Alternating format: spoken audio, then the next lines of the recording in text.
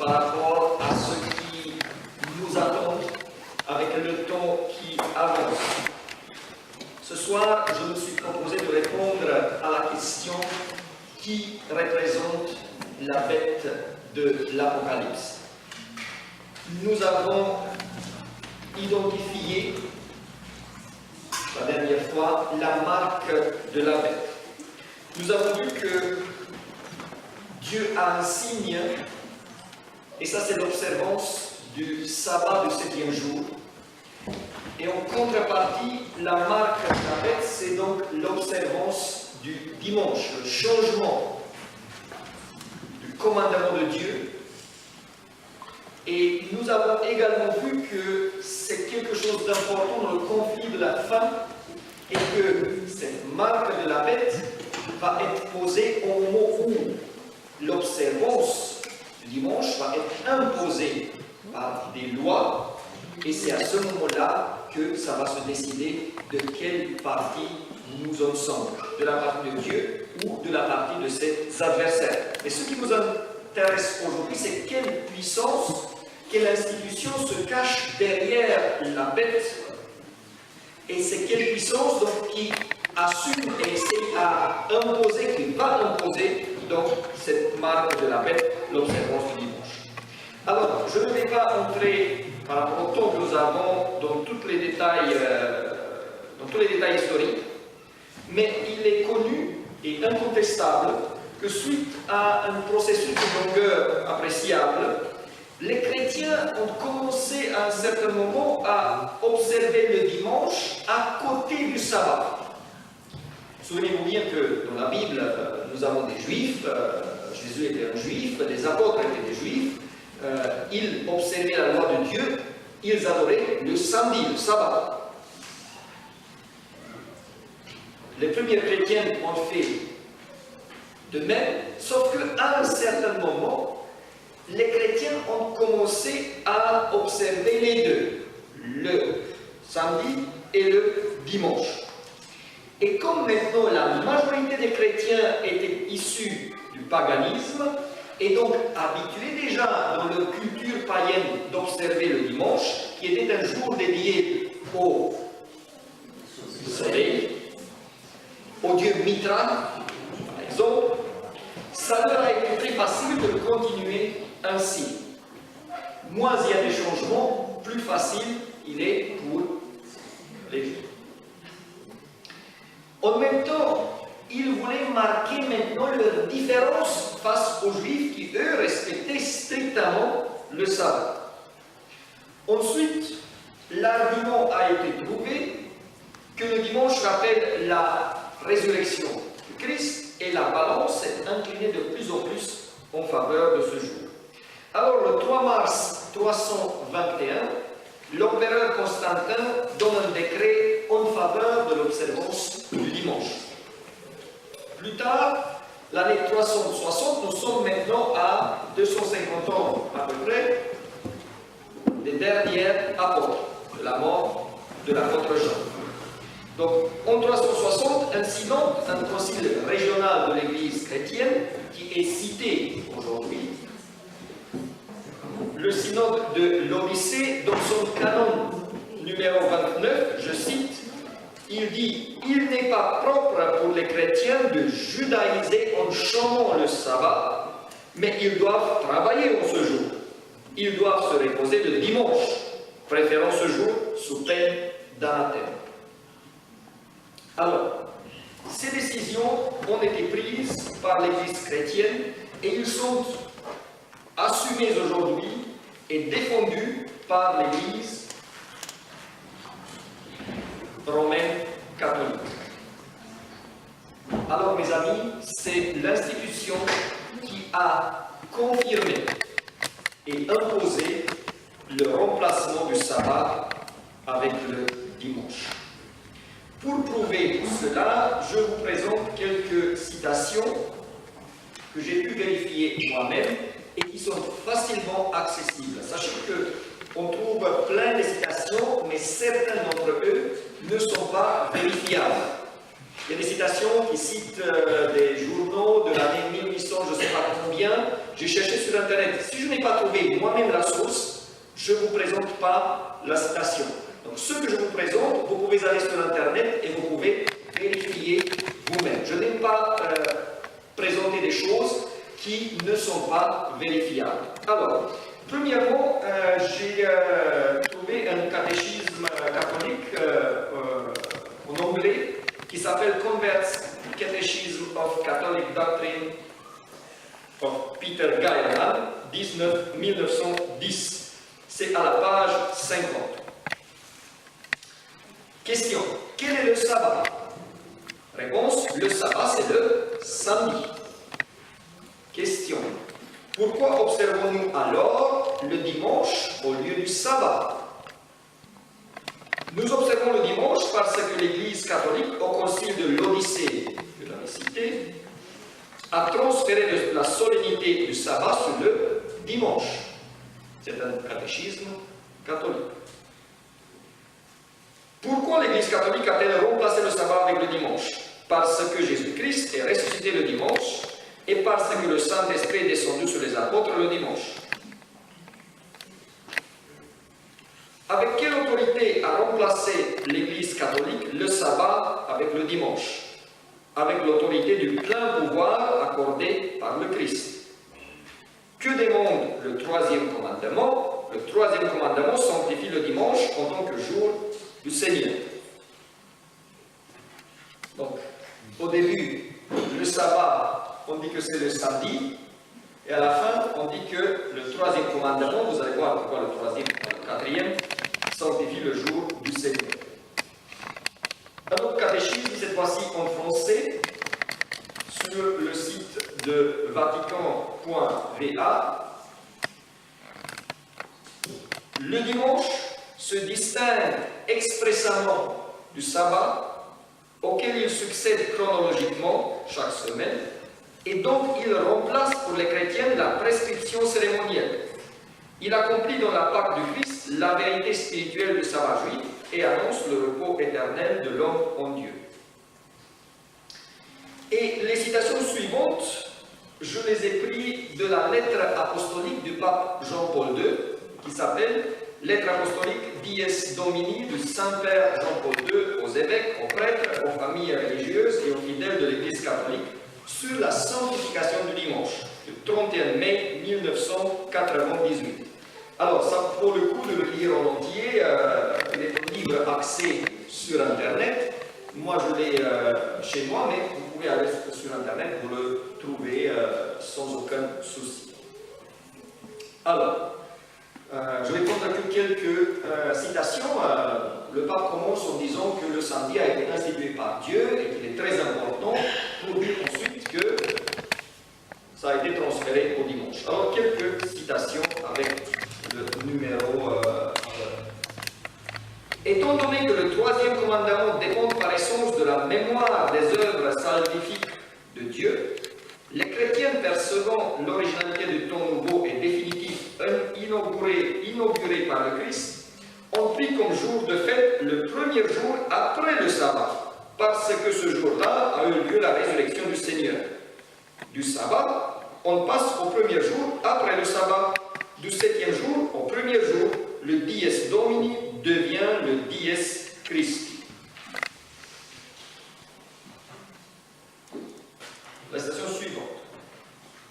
À la lumière de cette tradition ininterrompue et universelle, on voit clairement que même si le jour du Seigneur plonge ses racines, comme on l'a dit, dans l'œuvre même de la création, ce que nous avons vu dans le message du premier ange, et plus directement dans le mystère biblique du repos de Dieu, c'est cependant à la résurrection du Christ qu'il faut se référer précisément pour en saisir pleinement la signification. Alors, dans la Bible, je n'ai nulle part trouvé cela. Là, c'est l'Église qui assume et dit, même si la Bible dit que c'est la création qui doit être en lien avec le jour de repos, mais nous le disons, c'est la résurrection qu'on doit mettre en avant par rapport à ce jour. Le dimanche est en effet le jour ou plus qu'un tout autre, le chrétien est appelé à se souvenir du salut qui lui a été offert dans le baptême et qui a fait de lui un homme nouveau dans le Christ. Parmi les nombreuses activités d'une paroisse pour la communauté, aucune n'est aussi vitale et n'apporte autant pour la formation que le dimanche, la célébration du jour du Seigneur et de l'Eucharistie. Et ensuite, dernière citation, il appartient donc spécialement aux évêques de s'employer à faire en sorte que le dimanche soit reconnu par tous les fidèles, sanctifié et célébré comme véritable jour du Seigneur. Alors que si nous lisons la Bible, sanctifié, il faut le jour du sabbat. Vous allez trouver aucun passage biblique qui parle d'une quiconque sanctification de notre jour. Où l'Église se rassemble pour renouveler la mémoire de son mystère pascal par l'écoute de la parole de Dieu, par l'offrande du sacrifice du Seigneur, par la sanctification du jour dans la prière, les œuvres de charité et l'abstention du travail. Alors, compte tenu de cela, du fait que c'est l'Église catholique qui assume et qui essaie même à imposer, on va discuter ça en plus demain, la célébration du dimanche, j'affirme donc que la bête de l'Apocalypse, celle qui sort de la mer, représente l'Église catholique romaine, la papauté. Dieu a mis en place en tant que jour de repos le sabbat, le 7e jour. Il a dit c'est un signe entre moi et vous, le signe de Dieu. L'Église catholique romaine, que j'identifie donc avec la bête de l'Apocalypse, a remplacé le jour d'adoration avec le jour du dimanche, la marque de la bête. Peut-être que ce que je viens de dire vous choque. Peut-être que vous l'avez pressenti.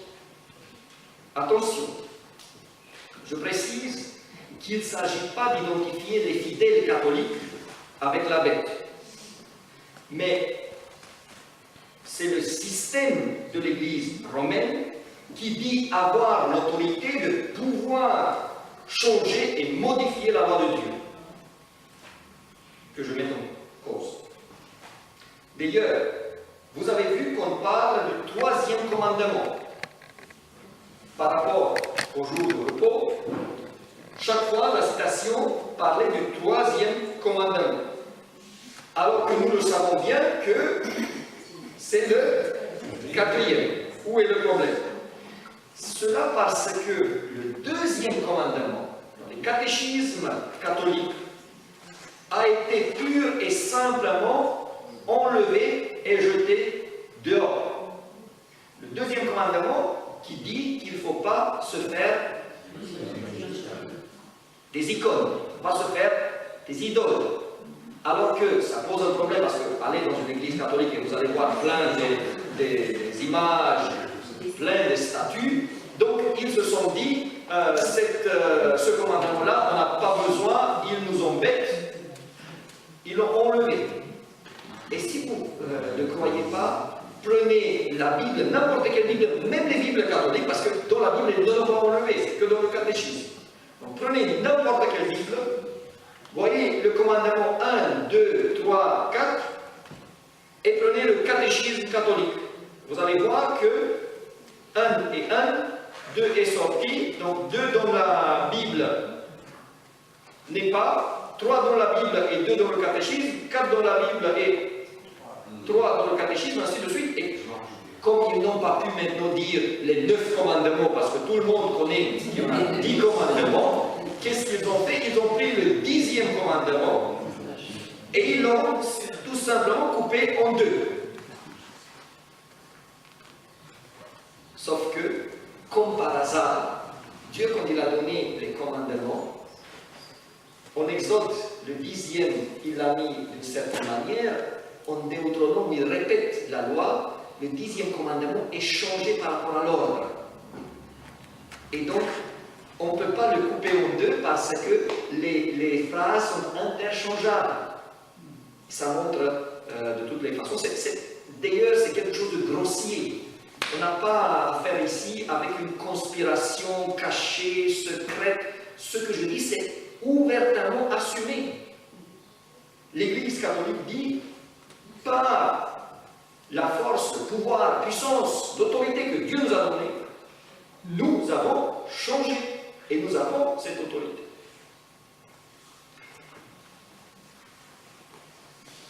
Alors, pour prouver cela, je vous invite à regarder maintenant avec ces connaissances le chapitre 13, où je vais prendre que quelques parties, pour voir si ce que dit le chapitre 13 de l'Apocalypse concernant la bête correspond historiquement à ce qui s'est passé, et pour voir aussi ce qui nous attend dans le futur par rapport à cette puissance et par rapport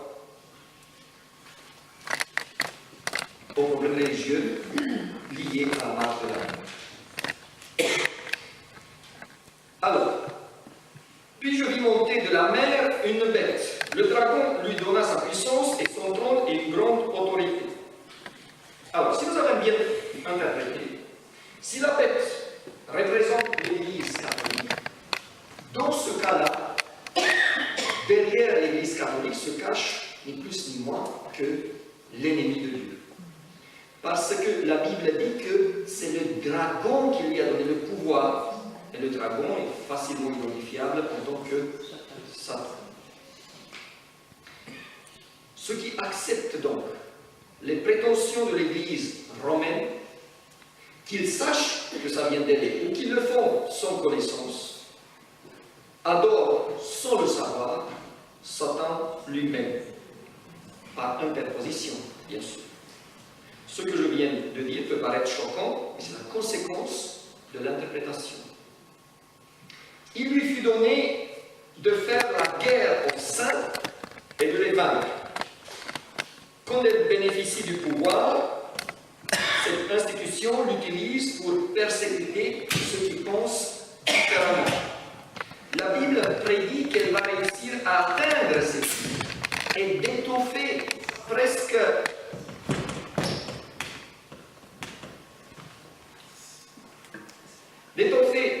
d'étouffer presque tous les mouvements qui n'ont pas accepté ces prétentions.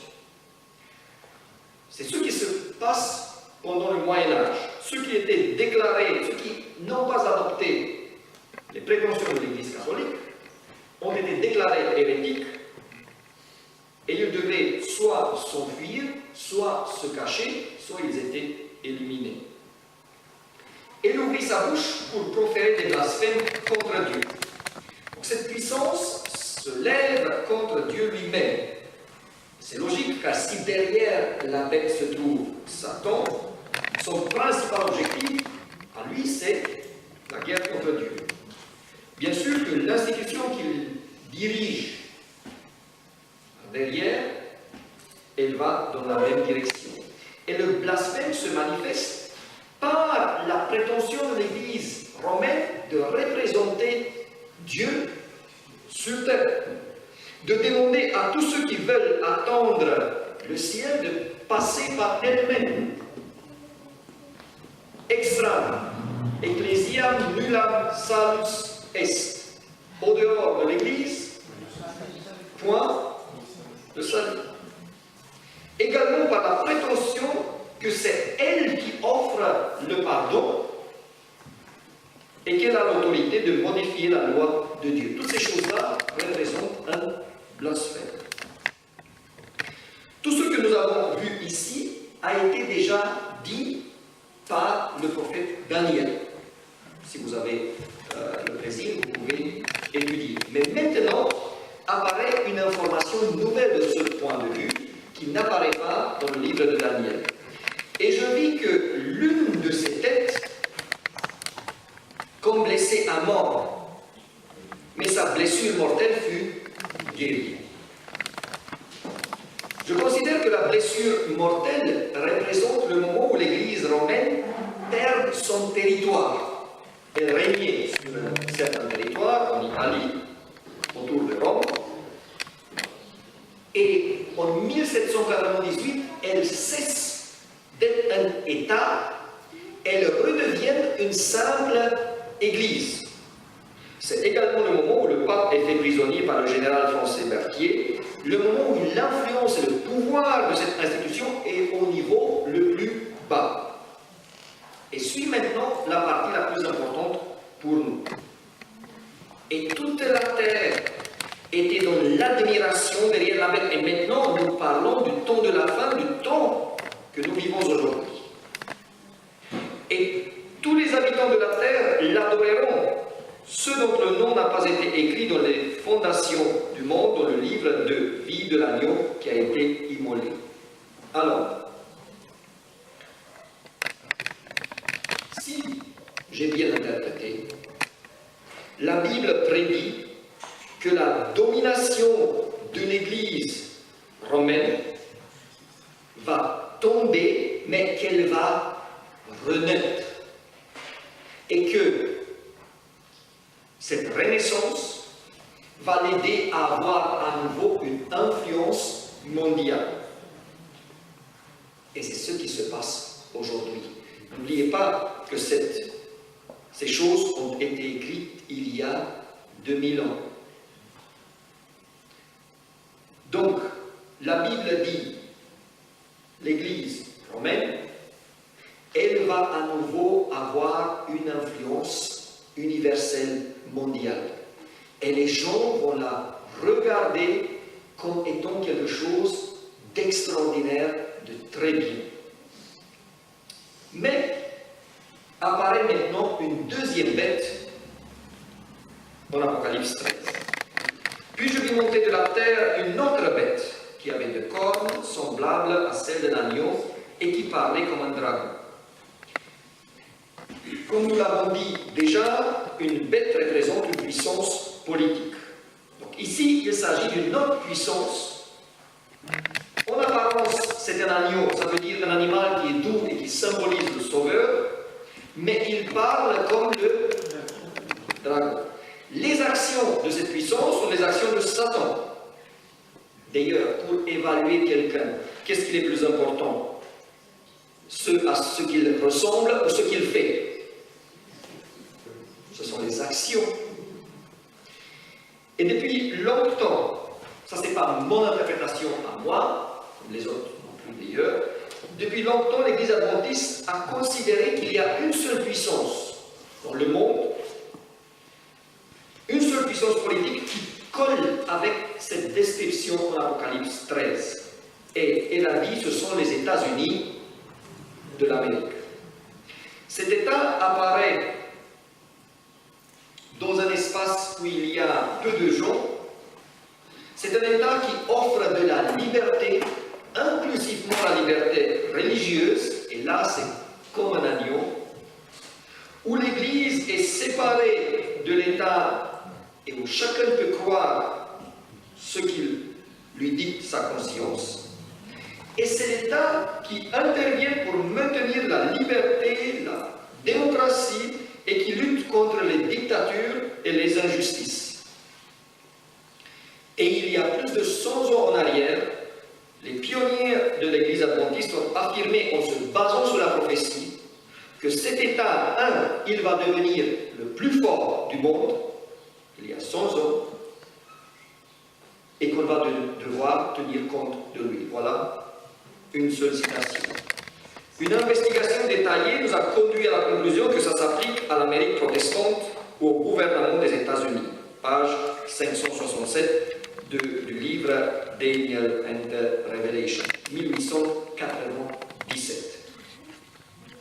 Mais la description continue en Apocalypse. Elle exerçait toute l'autorité, cette deuxième bête, de la première bête. En sa présence, elle faisait que la terre et ses habitants adoraient la première bête dont la blessure mortelle avait été guérie.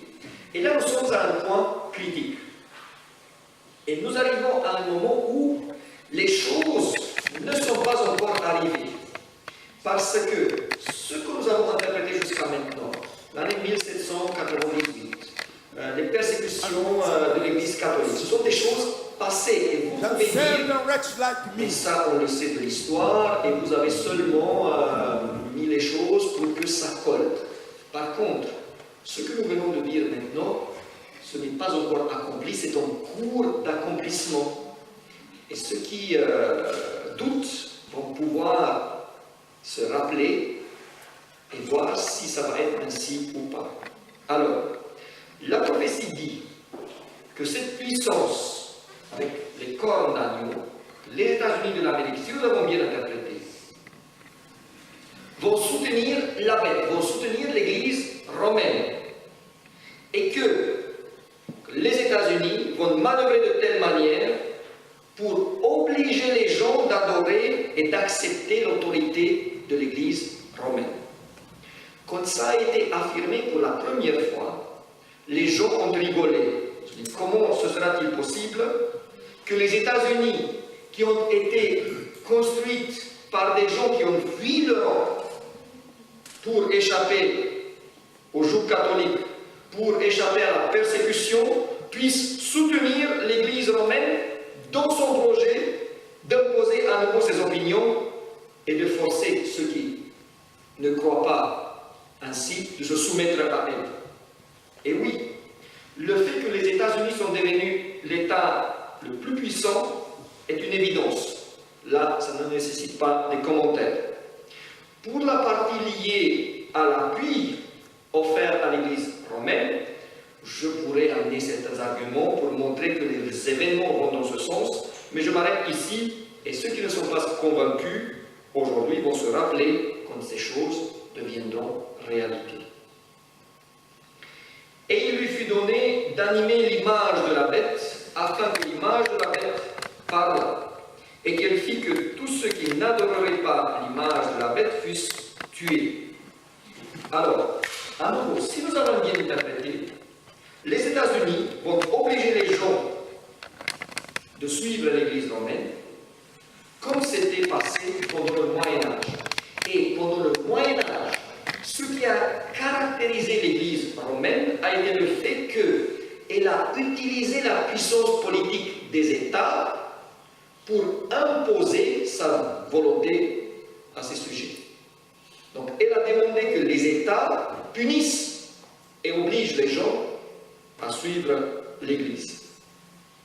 Ainsi, l'image de la bête représente donc le lien entre l'Église et l'État dans le but de forcer la conscience et d'obliger à une adoration imposée par celle-ci. Le fait que l'image de la bête va renaître, ça veut dire, si l'interprétation est correcte, et je le crois, que dans le futur, l'Église romaine va à nouveau s'appuyer sur les États, surtout sur les États-Unis de l'Amérique, pour imposer ses desseins.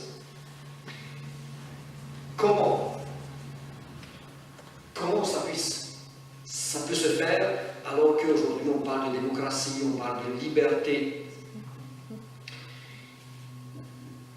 Ça, c'est mon interprétation à moi maintenant, et ça me paraît très simple.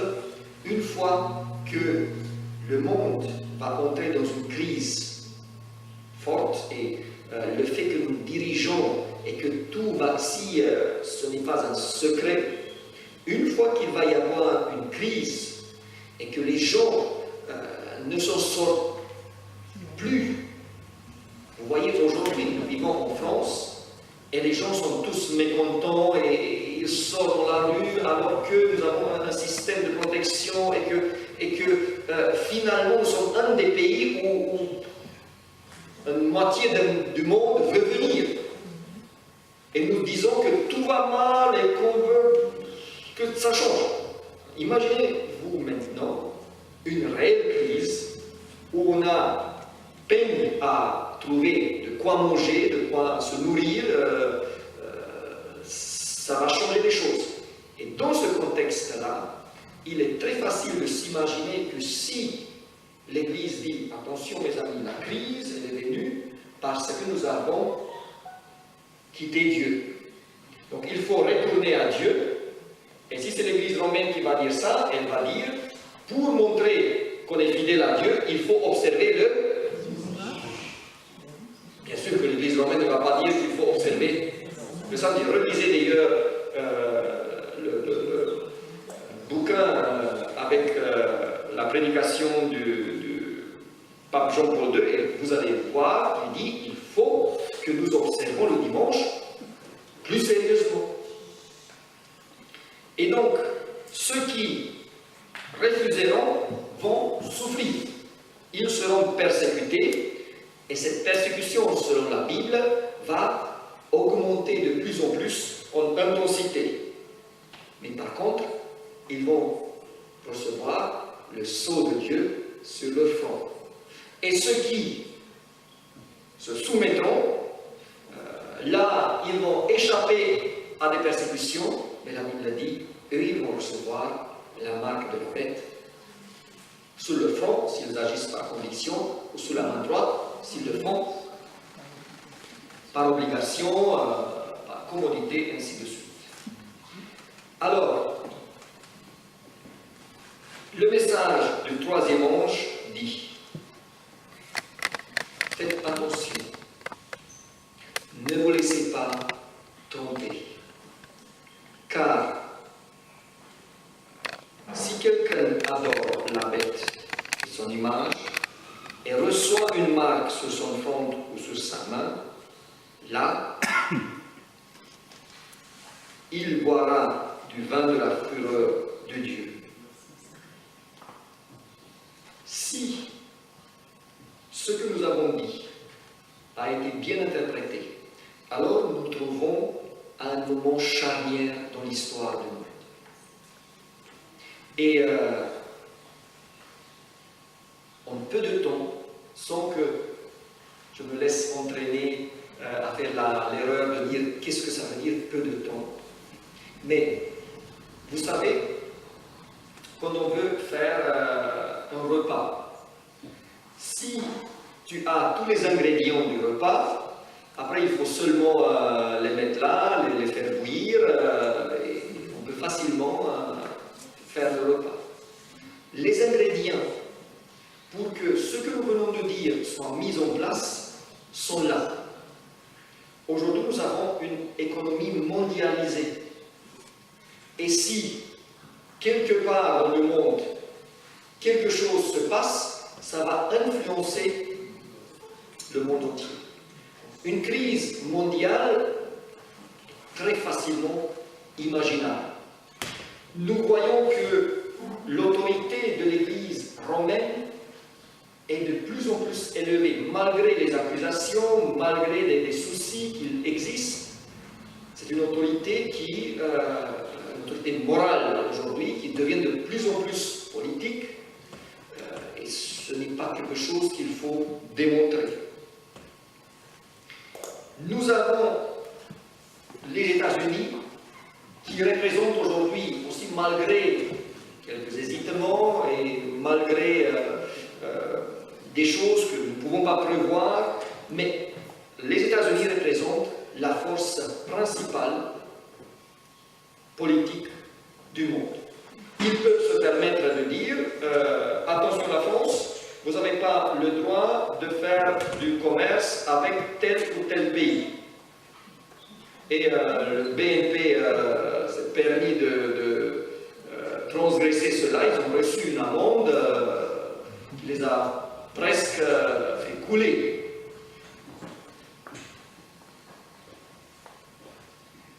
J'affirme donc que ce que nous venons de présenter, ce que je viens de présenter, va se mettre en place. Alors, qu'est-ce que nous allons faire, nous, mes amis? Qu'est-ce que nous allons faire, nous? J'invite ceux qui ont été convaincus que nous avons ici un message de Dieu, ceux qui ont été convaincus que le message du troisième ange est véridique, de se lever et de venir ici devant pour prendre un engagement et dire « Seigneur, je veux te suivre. Je sais ce qui va venir. Je crois que tu as prévu cela et moi je veux m'engager à être de ton côté. Moi je veux recevoir le signe de Dieu. » Je vous invite à faire ce pas et à dire, Seigneur, je veux t'appartenir. Je veux observer le sabbat selon ta volonté.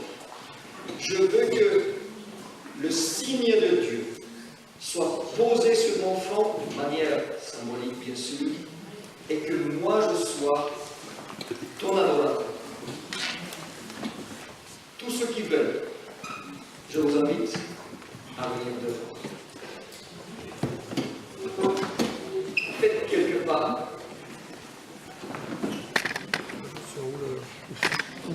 Et je me permets aussi d'appeler. Alors, faites-moi un peu de place pour que je vois. Messieurs agricoles, je vous appelle. Vous êtes ici présents tout le temps. Et je vous appelle de prendre la décision de vous joindre à votre épouse, à votre fille, à votre fils, et de dire, je veux me donner à Dieu. Je veux conclure l'alliance avec lui. Et pour ceux que je connais, je m'adresse à Cécile,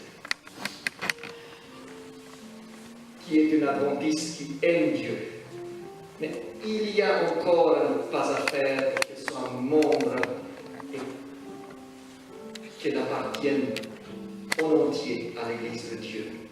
Et Marika également.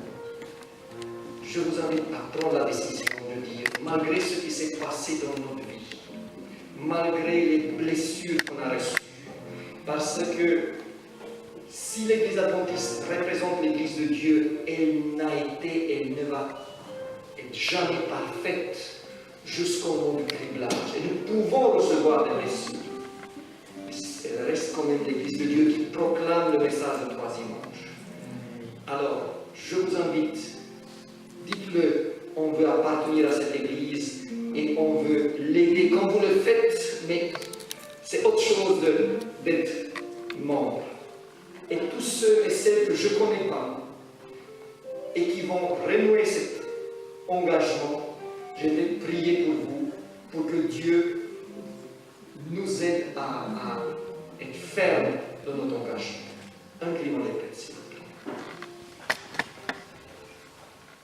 Père éternel, nous venons devant toi et je sais que pour certaines personnes, cette présentation a pu paraître compliquée, peut-être difficile à croire qu'une institution comme l'Église catholique puisse être la bête de l'Apocalypse.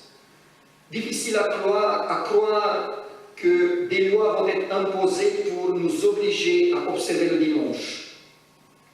Mais Seigneur, c'est pour ça que tu nous as envoyé le message des trois anges, pour que nous sachions ce qui va venir, pour être préparés à cela.